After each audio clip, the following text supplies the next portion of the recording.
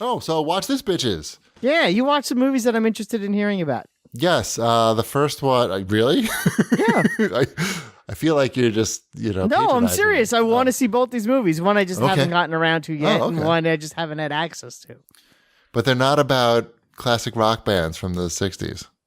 Well, I mean, they're not about that. Okay, the first movie was BlacKkKlansman. I think that's the proper pronunciation. It's a BlacKkKlansman. Yeah, it's about this guy with a really bad stutter.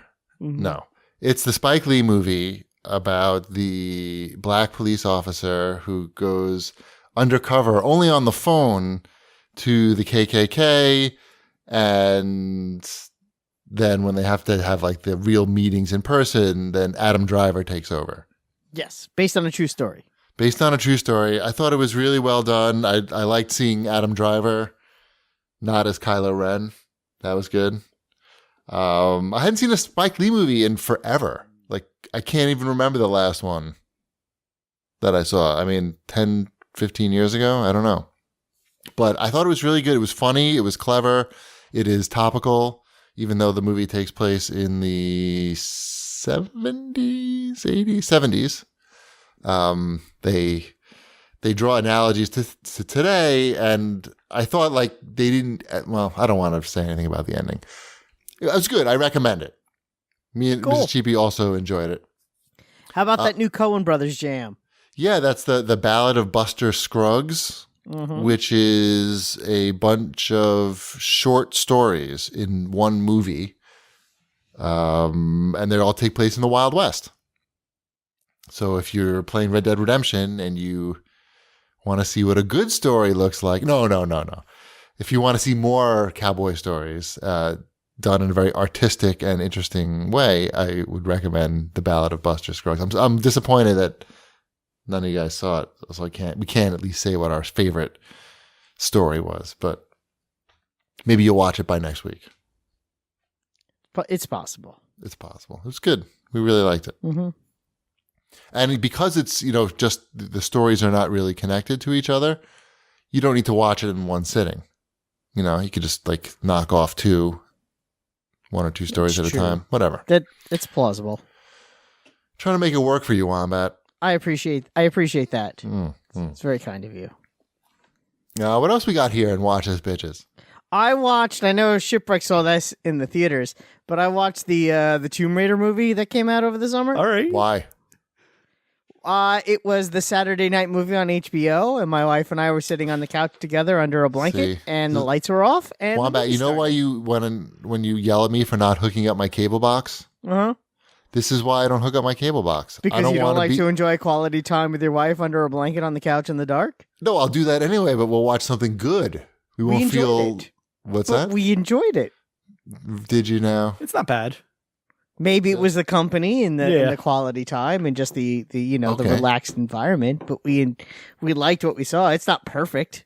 Okay, I haven't seen it, so I shouldn't. It's the game, but they add that bicycle scene, that weird bicycle race into it. Everything else, it's the game. Yeah. It's like that first game that came out, what was it, in 2015? Mm-hmm. The reboot? Yep. Okay. Yeah. And it's funny, when she picks up like the pickaxe. The iconic pickaxe. It's like, oh, that's the pickaxe. Yeah. All right. Now That bike scene, though, that was they did something with that, huh? Yes. There was some bike riding in that movie. Pretty Definitely long. A lot of bike riding. Pretty long bike ride scene. But other than that, I mean, product placement? No. I think it was city placement. I think they were filming. That's what somebody told me at one point. Like they were filming in the UK, and to get some like tax incentives, you had to like shoot certain locales, I guess. You had to have a certain number of bikes in the movie. So I think that's what happened there. I believe you. That's my answer to that. Yeah. How was Ready Player One? I saw that. Cheapy, you've seen that, right? Yeah, it's fucking horrible. I couldn't tell you one thing about the movie except It's virtual reality, and it's a lot of CG shit. Just a bunch of stuff like I know somebody that it's vomited CG all over. That's the HBO movie of the week in 2 weeks. Okay, this weekend is Rampage. You Ready Player One and then Rampage? No, it's Rampage then Ready Player One. Oh, okay. I have Rampage too. I need to watch that. Yeah. So I read half of Ready Player One, the book, before I exited. So the movie, it's got better pacing to it, but it still seems like it's really long to me. I don't know. Some people liked it. I didn't hate it. The movie, I did not like the book. I did not like the book at all. Right. The movie I thought is paced better. They replaced the challenges from the book with more actiony challenges to get the keys that they're looking for. Yeah, it makes sense. Yeah, like I won't say either way, but one of the ways was basically no action in the book, and this way was just a car chase, basically. It was like, oh, we can do a car chase here with all your favorite cars from things that you know. Right. I like going into it, I expected it to like lean even more into the pop culture stuff. Like it was there, but it wasn't like hitting me in the face as much as the book did with just like the list type thing. Right. I think because there's so much of it, and you're just like sort of flying over like just vast wastelands of 80s characters. Like you can't even you can't even know what's going on. You can't even process all of it. It's just like, oh my God, there's everything. I think in 4K you can. At 4K you can. But no, it's true. It's crazy. Like it's like, hey, that was the Teenage Mutant Ninja Turtles for 2 seconds on screen. Like, right. Why did that just like, that's weird. And then like, they don't like even like you're happy when somebody like shows up for multiple scenes because you're like, yep, I did see that. I can confirm that I saw Master Chief before. He's back. Yeah. It's just an oddly like, I still think there's like a good story and a movie there, but they could never like wrestle it to the ground, I guess. But Mrs. Shipwreck and I watched the whole thing. Yep. She thought the real world stuff was much better than the CG stuff. It was more interesting. All right. So, okay. Ready Player One coming to a wombat near you. What else we got here, Wombat? Arrow, is this from last week? Arrow. I just wanted to bring from up last year, 2 years ago. No, this is what I was going to say. I've been watching hit and miss. I've been watching this season of Arrow. Not every episode, like every other episode or so, just because it's on sometimes. Mm-hmm. And I watched this week's episode. And this week's episode was surprisingly good. Like, even if you don't know anything about the show, this week's episode is the only one I would recommend watching. It's just basically kung fu fighting for 45 minutes and stabbing.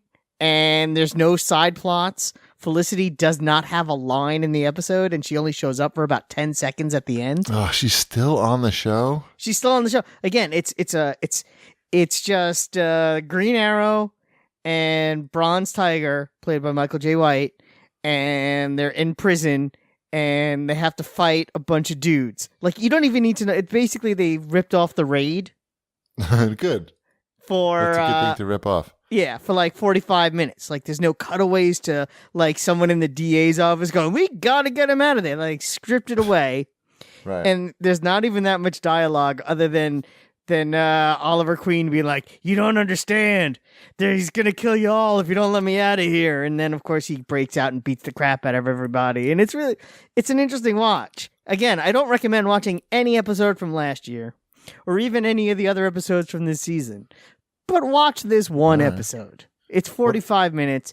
If you hate it, you could say, no, that was a waste of my time. But I think this week's Arrow is worth watching. What about Titans? Is that still good? Mm-hmm. Is Titans still good? Titans is all right. I watched this. I'm up to date on that.